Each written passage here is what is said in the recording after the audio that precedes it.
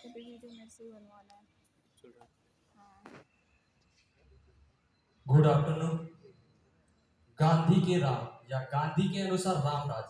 गांधी जी का मानना था कि देश में रामराज तभी स्थापित हो पाएगा जब देश को चलाने वाले लोग निष्पक्ष रूप से, निस्वार्थ भावना से देश को आगे बढ़ाने के काम करेंगे। अगर ऐसा नहीं हुआ तो देश रसातल में ही जाएगा। यह जो मेरा कविता है किसी पार्टिकुलर ग्रुप या समूह या फिर पॉलिटिकल पार्टी के विरोध में नहीं है। यह मेरा कविता उन तमाम लोगों के लिए है जो देश को अपने निज स्वार्थ के कारण छन्न भंग करना चाहते हैं, देश में अशांति फैलाना चाहते हैं, देश के संविधान पर प्रश्न उठाते हैं। कविता के बोल है गुमनाम।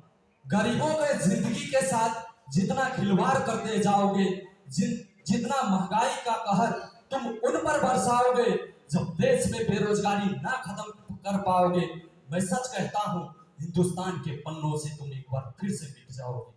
जनता के पैसों से तुम यूं ही दुनिया घूमते रह जाओगे, उसी पैसों से तुम जनता का भला नहीं करना चाहोगे।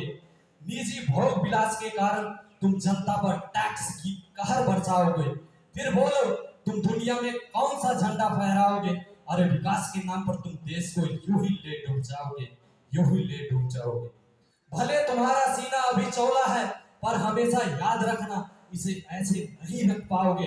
जब जनता के साथ विश्वासघात करते जाओगे, जब निजी हित के कारण तुम जनता पर टैक्स की कहर बरसाओगे, मैं सच कहता हूं हिंदुस्तान के पन्नों से तुम एक बार फिर से मिट जाओगे।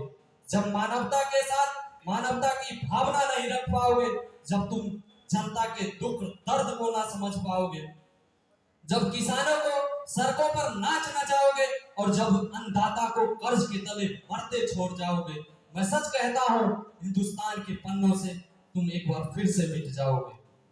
उस नाम से तुम क्या पाओगे जिसके लिए जनता को भूखे नंगे सुलाओगे?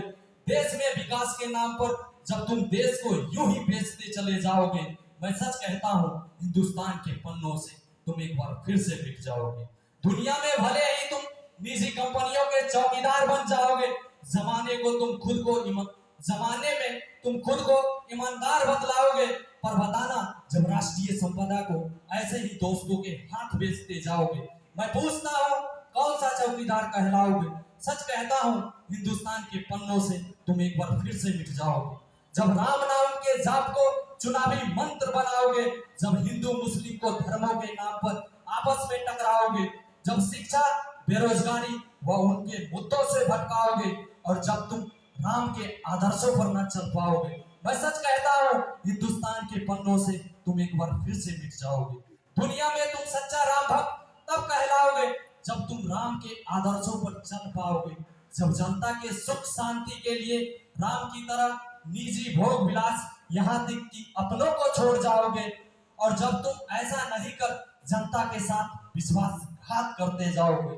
मैं पूछता हूँ तुम कैसा राम भक्त कहलाओगे? तुम कैसा राम भक्त कहलाओगे जब धरा पर मानवता स्थापित ना कर पाओगे, जब इंसानियत को धर्मों के तले कुचलते जाओगे, और जब हिंदुस्तान में महंगाई को तुम ना घटाओगे, मैं सच कहता हूँ हिंदुस्तान के पन्नों से तुम एक बार फिर से मिट जाओगे। जब शहीदों के परिवार को उनका अधिकार ना दिला पाओगे, जब मणिपुर के बहनों को जब न्याय ना दिला पाओगे, निज स्वार्थ में जब माँ भारती के बच्चों को आपस में धर्म के नाम पर लड़वाओगे, मैं सच कहता हूँ हिंदुस्तान के पन्नों से तुम एक बार फिर से मिट जाओगे। मैं मानता हूँ कि तुम आज शक्ति में हो, पर याद रखना हमेशा ना रह पाओगे। जब युवाओं के भविष्य के साथ खिलवाड़ करते जाओगे और जब माँ भारती के दामन पर कलंक लगाओगे, मैं सच कहता हूँ हिंदुस्तान के पन्नों से तुम एक बार फिर से मिट जाओगे, तुम एक बार फिर से मिट जाओगे। अंत में मैं अपने द्वारा लिखित एक शायरी के माध्यम से गांधी के क्या भाव था रामराज का उसको व्यक्त करना चाहूंगा कि वासुदेव ही कुटुंबकम से श्रेष्ठ यार, राष्ट्रीय एकता का कोई कर्म नहीं होता।